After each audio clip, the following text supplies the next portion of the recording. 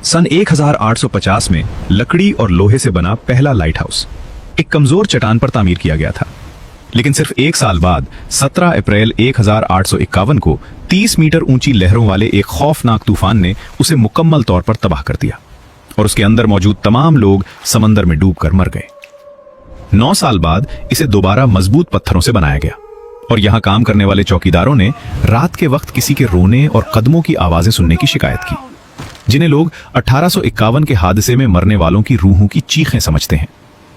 इस इलाके में लहरें 30 मीटर यानी 100 फीट तक ऊंची उठ सकती हैं और उसके करीब से गुजरने वाली कुछ कश्तियां गैर मरई ताकत की वजह से अजीब तरह घूमने लगती हैं। दोस्तों, अब बात करते हैं लाजुमेंट लाइट हाउस की, जो फ्रांस के साहिल पर वाक़ है। इस इलाके में 60 से ज्यादा जहाज डूब चुके थे, इसीलिए इस लाइट हाउस को 1911 में मुकम्मल किया गया।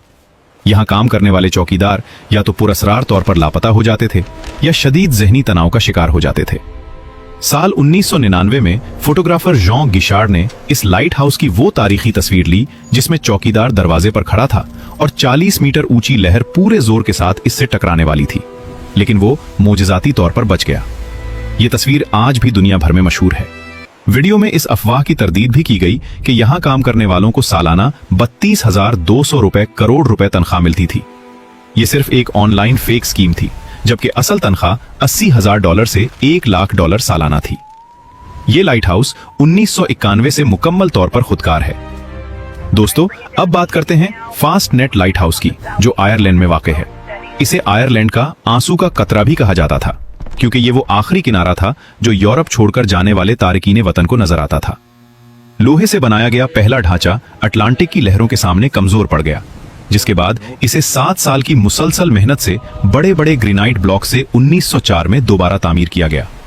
हैरत की बात यह है कि 1990 की दहाई में इसके खुदकार निजाम पर मुंतकिल होने के बावजूद मल्लाहों ने लाइट हाउस के अंदर से अजीब आवाजें सुनने का दावा किया। कहा जाता है कि यहां 1989 की फास्ट नेट रेस डिजास्टर में मरने वाले 15 मल्लाहों की रूहें अब भी भटकती हैं। और नाजरीन, अब बात करते हैं तीलामोक लाइट हाउस की, जिसे टेरेबल टल्ली भी कहा जाता है। यह लाइट हाउस अमेरिका के साहिल पर एक ऐसी चट्टान पर बनाया गया जिसके इर्द गिर्द पूरा साल समंदर की बफरी लहरें टकराती रहती थीं और रात के वक्त यहां से ऐसी खौफनाक आवाजें आती थीं कि यहां ड्यूटी करने वाले ज्यादातर लोग जहनी दबाव और खौफ में मुब्तला हो जाते थे। यहां काम करने वाले कई मुलाजिमीन की मौत भी उन्हीं खतरनाक हालात में हुई, इसलिए इस लाइट हाउस को बाद में लाशों के कब्रिस्तान की तरह भी इस्तेमाल किया गया। कहा जाता है कि यहां कई साल तक मरने वालों की राख कैद रही।